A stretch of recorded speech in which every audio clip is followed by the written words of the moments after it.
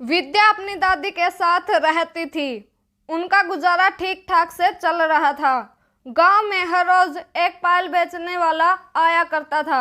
विद्या हर रोज उसे देखती और कहती, काका मुझे एक पायल की जोड़ी दे दो ना प्लीज।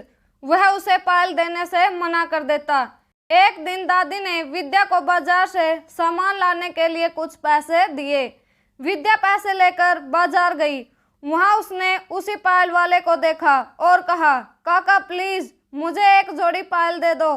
पायल वाले ने मना कर दिया और कहा, बेटा पैसे दे दो और पायल ले लो।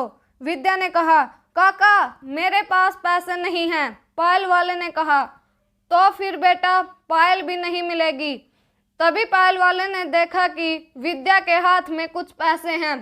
पैसे देखकर उसने विद्या से कहा, बेटा ये तुम्हारे हाथ में पैसे ही तो हैं, तुम इन्हीं पैसों से पायल खरीद लो। विद्या ने कहा, काका ये पैसे मेरी दादी ने मुझे बाजार से सामान लाने के लिए दिए हैं।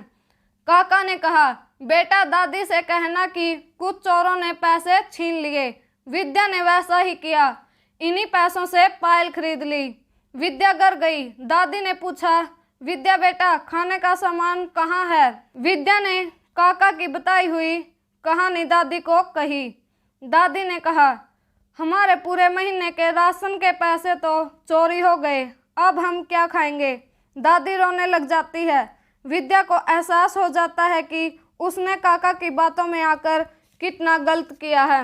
अगले दिन पायल वाला फिर वहां से आता है। विद्या ने पायल वाले से कहा, काका मुझे ये पायल नहीं चाहिए, मुझे पैसे वापस दे दो और ये पायल ले लो। अगर मुझे वो पैसे नहीं मिले तो मैं और मेरी दादी भूखे ही मर जाएंगे। वो पैसे हमारे पूरे महीने के खाने के राशन के थे। पायल वाले ने मना कर दिया। ये सब दादी सुन रही थी। उसने गांव के कुछ लोगों को बुलाया। गांव वालों ने उससे पैसे ले लिए। अब विद्या उन पैसों से खाने का राशन लाई और खुशी खुशी अपनी दादी के साथ रहने लगी।